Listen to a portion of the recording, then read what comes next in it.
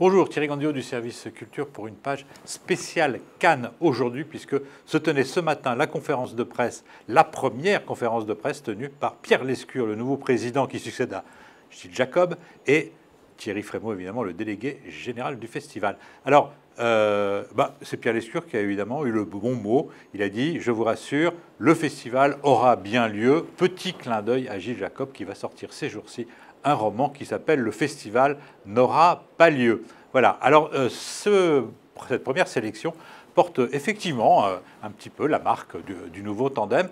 D'abord, la première chose, c'est qu'il y a beaucoup moins de noms connus. Vous savez, on se plaint toujours qu'à Cannes, c'est toujours les mêmes qui reviennent année après année, qui sont là pour la première, la deuxième, la troisième, la quatrième, la cinquième fois, qui ont une palme, deux palmes. Non, pas trois, il n'y en a pas encore eu. Mais donc, c'est... là, en l'occurrence, on a beaucoup de petits jeunes. Et puis alors d'abord, la première chose, c'est qu'on a en ouverture, hors compétition, le film de Emmanuelle Bercot qui s'appelle La tête haute. Alors Emmanuelle Bercot, elle n'est pas encore très connue, même si elle a fait quand même plusieurs films et qu'elle est actrice également. Et justement, ça change avec les ouvertures, glamour, flashy, Gatsby le magnifique, Grâce de Monaco, etc. Donc là, c'est un signe quand même qui a été donné. Que des films, peut-être moins glamour, eh bien, peuvent être en ouverture du Festival de Cannes. Rassurez-vous, il y aura aussi du glamour. La deuxième chose qu'on peut dire, c'est que les Français sont très bien représentés. Il y en a 4 en sélection, ce qui est quand même assez rare. D'abord, Jacques Audiard, il était déjà là, effectivement, il y a 2 ou 3 ans, pour l'excellent De Rouille et d'Os. Et là, ça s'appelle Dipan, et c'est une plongée dans le milieu des immigrés tamouls à Paris. On n'en sait pas plus, il n'y a pas de star évidemment, et on va découvrir ça à Cannes. Ensuite, le deuxième sélectionné, c'est La loi du marché de Stéphane Brisé. Stéphane Brisé est un excellent réalisateur, pas connu forcément du grand public, malgré son succès Mademoiselle Chambon. Et puis récemment, un film très dur, également avec Vincent Lindon, qui était sur l'Alzheimer et les derniers jours d'une femme, qui s'appelait Mon dernier printemps. Très bon cinéaste, vraiment, et je suis vraiment très attentif à ce qui va en sortir. Alors, nous avons également Valérie Donzelli. Alors, Valérie Donzelli, c'est La Reine des Pommes, La guerre est déclarée. Et donc là, elle vient sur un sujet qui d'ailleurs avait été commencé par François Truffaut. Marguerite et Julien, eh bien, ce sont les Ravalais, c'est au XVIe siècle, c'est une histoire d'inceste et de décapitation. Alors là, on attend ça avec beaucoup d'impatience également. Et puis finalement, Maïwenn, qui évidemment avait été triomphé avec ce film qui était formidable, qui s'appelait Police.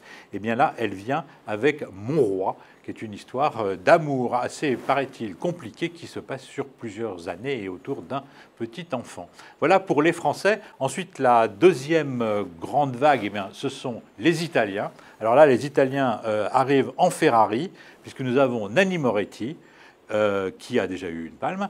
Nous avons Paolo Sorrentino, qui avec La Grande Bellezza a eu l'Oscar. Et nous avons Matteo Garonnet, celui qui avait fait ce film formidable qui s'appelait Gomorrah, et qui avait eu le Grand Prix du jury, et qui revient également. Donc 3 Italiens qu'il va falloir suivre de très près pendant toute la compétition. 2 Chinois, des maîtres chinois, Yu Xiaosen, qui avait fait le maître des marionnettes, qui avait eu le Grand Prix du jury. Ce Yu Xiaosen-là, paraît-il, est assez exceptionnel, et il se passe dans les milieux des arts martiaux que Yu Xiaosen n'avait jamais abordé encore. Et là, nous avons également le second chinois qui s'appelle Jia Zhangke, qui avait fait Touch of Sin, qui est un film absolument magnifique, qui n'est d'ailleurs toujours pas sorti en Chine, qui était sur la corruption, la violence des élites. Et là, il revient avec une fresque qui commence en 1990, autour effectivement de la corruption en Chine, et qui se termine en 2025 en Australie. Là aussi, c'est très alléchant. Et puis alors, je voulais donner quelques grands noms. Gus Van Sant, qui a déjà eu une palme d'or, qui revient en compétition avec The Sea of Trees. The Sea of Trees, c'est l'endroit où les Japonais, cette forêt où les Japonais se rendent pour mourir, The Sea of Trees. Et puis on aura évidemment Mad Max, voilà, George Miller, très attendu, qui sera le 14 mai, le jeudi. Nous aurons un Woody Allen, pas en compétition, parce qu'évidemment, Woody Allen refuse absolument d'être en compétition, mais il sera hors sélection. Et puis, il y aura plusieurs événements extraordinaires, puisque Ingrid Bergman est à l'affiche de cette 68e édition. Il y aura toute une série d'événements autour de la correspondance entre Roberto Rossellini et Ingrid Bergman, et qui sera orchestré par Isabella Rossellini, qui est la présidente de la sélection Un certain regard. Voilà, c'est dans 30 jours. Eh bien, vivement le 13 mai.